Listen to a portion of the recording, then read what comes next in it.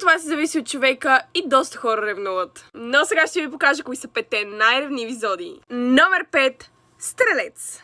Стрелците абсолютно обявяват началото на тази класация, защото те са хора, които не харесват да се пипат тяхното. Номер 4. Везни. Везните ревнуват по доста странни начини. Везните няма да ви кажат индиректно, че ревнуват, но със сигурност ще го разберете от тяхното поведение. Номер 3. Телец. Ох, телците ревнуват. И то и яко ревнуват. Така че просто при тях няма как да не забележите, че не им е приятно да създаден човек. Номер 2. Скорпион. Това са много дълбоки води. Просто не дай си Боже Скорпион да ревнува. Ще подпали човека, от който ревнува. И после най-вероятно ще подпали вас. И номер 1. Овен. Овните ще ви покажат по абсолютно всякакъв начин, че не им е приятен този човек. Даже може малко да го злепоставят. Напишете, ако съм забравила някой и къде се последните за още такива видеа.